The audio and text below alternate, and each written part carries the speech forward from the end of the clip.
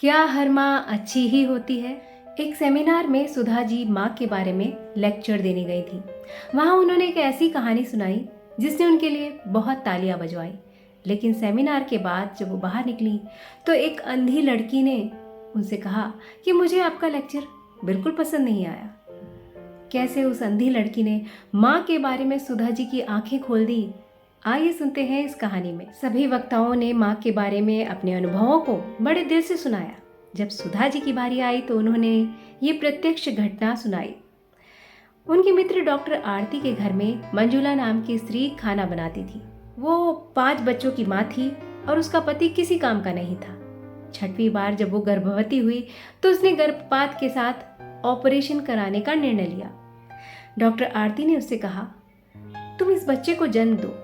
मेरी बहन है जिसके पास बहुत पैसा है लेकिन बच्चे नहीं हैं। वो एक नवजात शिशु को गोद लेना चाहती है। तुम्हें बेटा हो या बेटी, मेरी बहन उसे गोद ले लेगी और उसकी परवरिश बहुत अच्छे से करेगी। यही नहीं, वो तुम्हारे बाकी बच्चों की शिक्षा में भी मदद करेगी। सोच लो, निर्णय तुम्हारा है। मंजुला ने कुछ दिन सोचने के बाद प्रस्ताव को स्वीकार कर लिया। कुछ महीनों बाद उसने एक बेटी को जन्म दिया। डॉक्टर आरती की बहन उसे गोद लेने आई। फॉर्मेलिटीज पूरी करने के बाद जब बच्ची को देने की बात आई तो मंजुला ने इनकार कर दिया। बच्ची अब उसका दूध पीने लगी थी। मंजुला ने कहा, मैं इससे दूर नहीं रह सकती। मंजुला को रोता देख डॉक्टर आरती और उसकी बहन दुखी तो जरूर हुई, मगर उन्होंने कुछ नहीं कहा। मातृत्व वो भावना है जो हर त्याग करने को तैयार रहती है। सुधा जी की स्पीच पर सभी ने बहुत तालियां बजाई। स्पीच खत्म होने के बाद सुधा जी जब पोडियम से नीचे आई तो मीरा खड़ी थी, जो देख नहीं सकती थी। वो अपने ही जैसे बच्चों को ब्लाइंड स्कूल में पढ़ाती थी। सुधा जी अक्सर ब्लाइंड स्कूल जाती थी और इसलिए वो मीरा को अच्छी तरह जानती थी। वो उसके पास गई और पूछा, कैसी हो मीरा? उसने कहा, मैडम, क्या आप मुझ पर एक उपकार करेंगी? हाँ बोलो, क्या बात है? कोई मुझे स्कूल तक छोड़ने आने वाला था, मगर अभी वो ट्रैफिक जैम में फंस गया है। उसने मुझसे फ़ोन पर बताया कि उसे भी बहुत समय लगेगा। क्या आप मुझे स्कूल तक छोड़ सकती हैं? चूँकि मीरा का स्कूल सुधा जी के ऑफिस के रास्ते में आता था, इसलिए वो तुरंत तैयार हो गई। मीरा गाड़ी में बैठी तो बहुत चुपचाप थी। सुधा जी ने पूछा, कैसा रहा सेमिनार और तुम्हें मेरा लेक्चर कैसा लगा? मीरा ने कहा, माफ़ करिए मैडम, मुझे आपका लेक्चर बिल्कुल अच्छा नहीं लगा। हर माँ वैसी नहीं होती जैसी कि आपने बताई। सुधा जी ने पूछा, ऐसा तुम क्यों कह रही हो? मैंने सच्ची घटना सुनाई, कोई कहानी नहीं। मीरा ने कहा, मैं आपको दूसरी कहानी सुनाती हूँ। एक 5 साल की लड़की थी जो आधी अंधी थी। वो अपने माँ बाप से कहती कि वो ठीक से नहीं देख सकती। उसके माँ बाप कहते कि तुम ठीक से खाती नहीं हो, इसलिए ऐसा है। पर फिर एक बार जब उनके पास थोड़ा पैसा इकट्ठा हो गया तो वो उसे डॉक्टर के पास ले गए। डॉक्टर ने कहा, इसका ऑपरेशन करना पड़ेगा, वरना धीरे धीरे ये पूरी अंधी हो जाएगी और ऑपरेशन में बहुत पैसा लगेगा।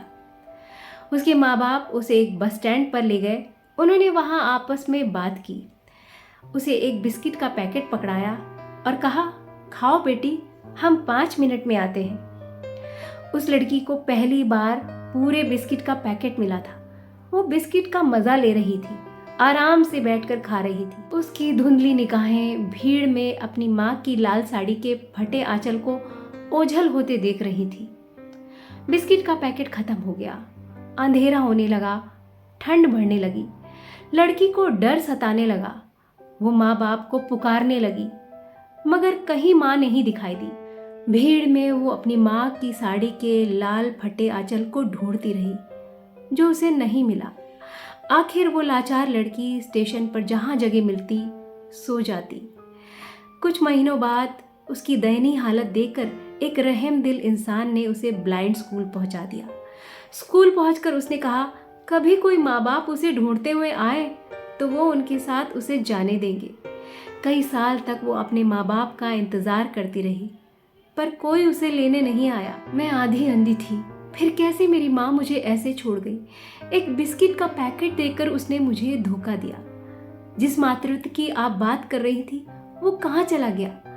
आपको नहीं लगता कि कि गरीबी मातृत्व पर ज्यादा भारी है? सुधा जी के पास कोई जवाब तो नहीं था, पर वो मीरा का हाथ पकड़कर बैठ गई, क्योंकि वो सिसक सिसक कर रो रही थी।